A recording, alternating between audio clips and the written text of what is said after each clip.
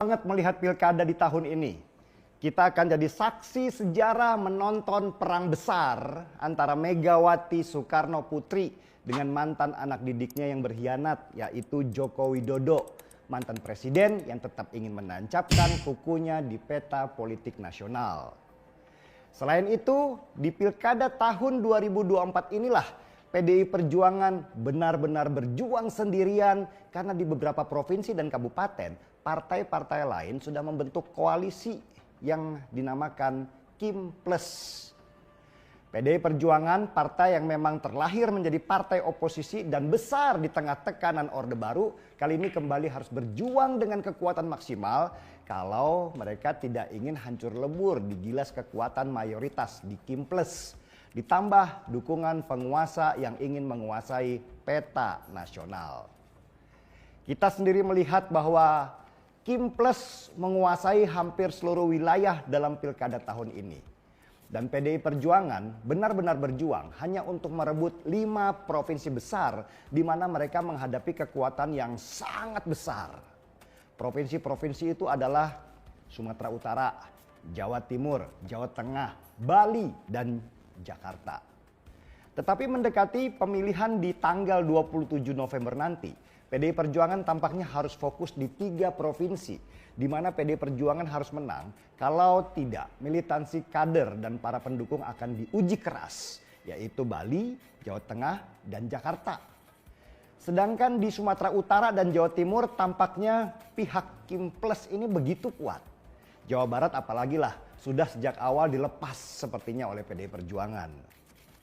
Jawa Tengah mendadak jadi pusat medan pertempuran baru sesudah Presiden Republik Indonesia Prabowo Subianto mendadak muncul di tengah pertarungan dengan mengendorse Ahmad Lutfi dan Yasin. Lutfi dan Yasin awalnya berkunjung ke Solo ketemu dengan Jokowi dan di sana sudah ada Prabowo yang juga sedang berkunjung. Entah gimana ceritanya, hasil dari kunjungan itu tiba-tiba viral lah video Prabowo mengendorse pasangan Ahmad Lutfi yang dijagokan oleh Jokowi. Dan ributlah banyak orang mempertanyakan, kenapa Prabowo sebagai presiden kok bisa merendahkan dirinya dengan mengendorse pasangan di Pilgub? Belum pernah loh, ada sejarahnya seorang presiden kampanye langsung terhadap pasangan di pilkada. Apalagi terang-terangan seperti yang dilakukan oleh Pak Prabowo. Tapi situasi di mana Ahmad Lutfi dan Yasin meminta backingan pusat ini juga menandakan mereka ini sedang panik dan tidak percaya diri bertanding sendiri. Survei mereka itu turun terus. Sedangkan lawan mereka yang dari PDI Perjuangan yaitu Andika Perkasa, mantan Panglima TNI, dan Hendrar Prihadi, mantan Wali Kota Semarang. Hasil surveinya terus naik dan malah sekarang unggul dari lawannya, meski itu masih tipis banget. Dan karena takut kalah itulah pasangan Ahmad Lutfi akhirnya minta backup dari Jokowi yang kemudian memanfaatkan kedatangan Prabowo ke Solo untuk kampanye buat mereka berdua. Tapi apakah dukungan Jokowi dan endorsan dari presiden membuat survei Andika Perkasa itu turun drastis? Oh, di sini yang asik. Ternyata tidak. Justru itu menjadi blunder buat pasangan Ahmad Lutfi. Laporan dari Jawa Tengah, justru pemilih semakin militan mendukung Andika Perkasa. Karena buat mereka itu seperti perang Baratayuda melawan penguasa yang zolim.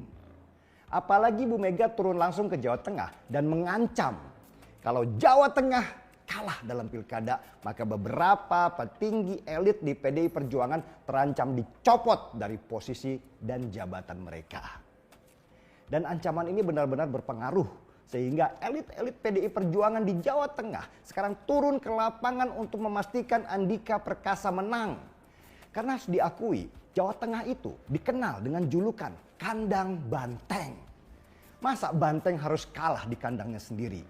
Ini masalah harga diri, ini masalah gengsi buat mereka. Sehingga gerakan harus lebih militan. Kalau enggak, PDI Perjuangan akan sulit berkembang lagi di 5 tahun ke depan. Bahkan saking ketatnya pilkada di Jawa Tengah, di sana ada istilah TNI versus polisi atau Rembo melawan Sambo yang menandakan pertarungan di Jawa Tengah itu seperti perang 2 instansi besar di negeri ini.